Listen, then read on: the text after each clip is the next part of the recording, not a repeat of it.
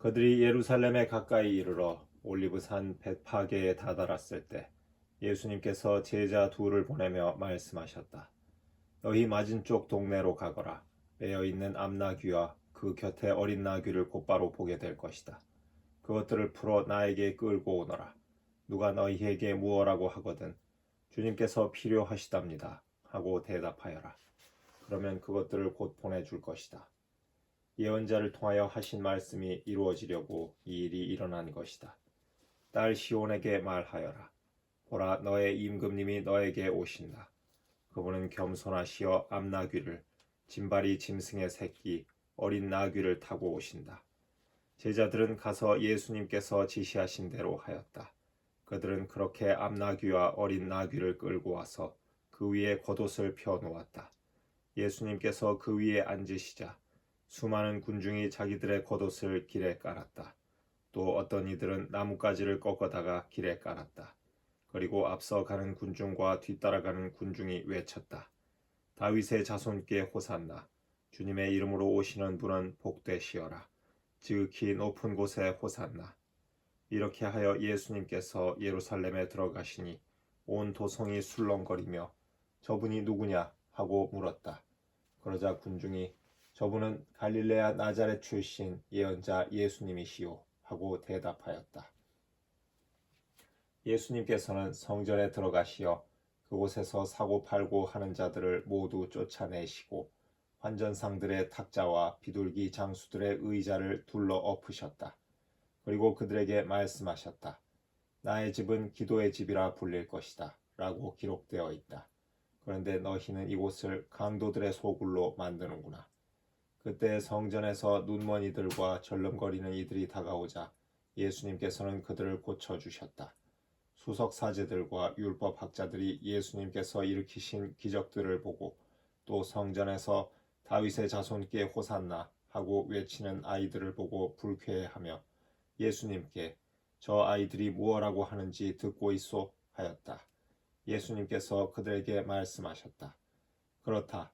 당신께서는 아기들과 젖먹이들의 입에서 찬양이 나오게 하셨습니다. 라는 말씀을 너희는 읽어본 적이 없느냐? 예수님께서는 그들을 두고 성을 나와 베타니아로 가시어 그곳에서 밤을 지내셨다. 예수님께서는 새벽에 성 안으로 되돌아가실 때에 시장하셨다. 마침 길가에 있는 무화과나무 한 그루를 보시고 가까이 가셨다.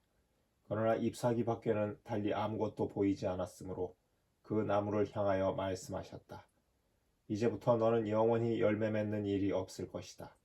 그러자 나무가 즉시 말라버렸다. 제자들이 그것을 보고 놀라서 어째서 무화과 나무가 즉시 말라버렸습니까? 하고 물었다. 예수님께서 그들에게 대답하셨다. 내가 진실로 너희에게 말한다. 너희가 믿음을 가지고 의심하지 않으면 이 무화과 나무에 일어난 일을 할 수 있을 뿐만 아니라 이 산더러 들려서 저 바다에 빠져라 하여도 그대로 이루어질 것이다. 그리고 너희가 기도할 때에 믿고 청하는 것은 무엇이든지 다 받을 것이다. 예수님께서 성전에 가서 가르치고 계실 때 수석사제들과 백성의 원로들이 예수님께 다가와 말하였다. 당신은 무슨 권한으로 이런 일을 하는 것이오? 그리고 누가 당신에게 이런 권한을 주었소? 그러자 예수님께서 말씀하셨다. 나도 너희에게 한 가지 묻겠다.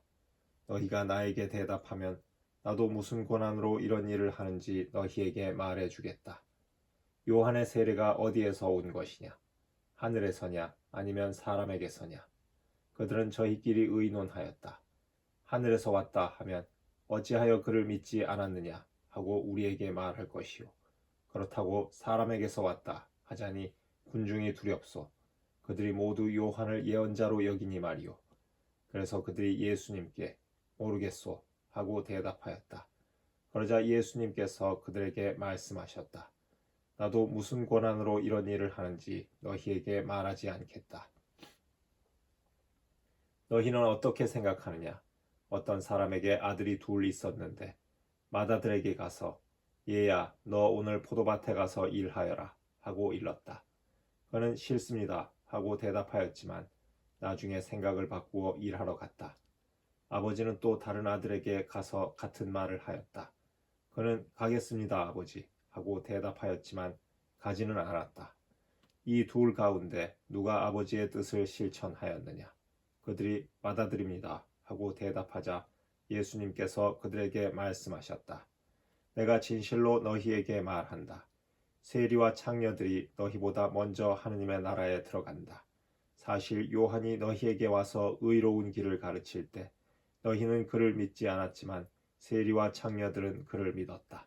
너희는 그것을 보고도 생각을 바꾸지 않고 끝내 그를 믿지 않았다.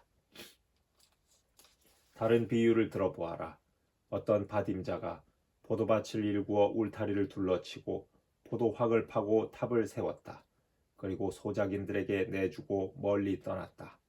포도철이 가까워지자 그는 자기 몫의 소출을 받아오라고 소작인들에게 종들을 보냈다. 그런데 소작인들은 그들을 붙잡아 하나는 매질하고 하나는 죽이고 하나는 돌을 던져 죽이기까지 하였다. 주인이 다시 처음보다 더 많은 종을 보냈지만 소작인들은 그들에게도 같은 짓을 하였다.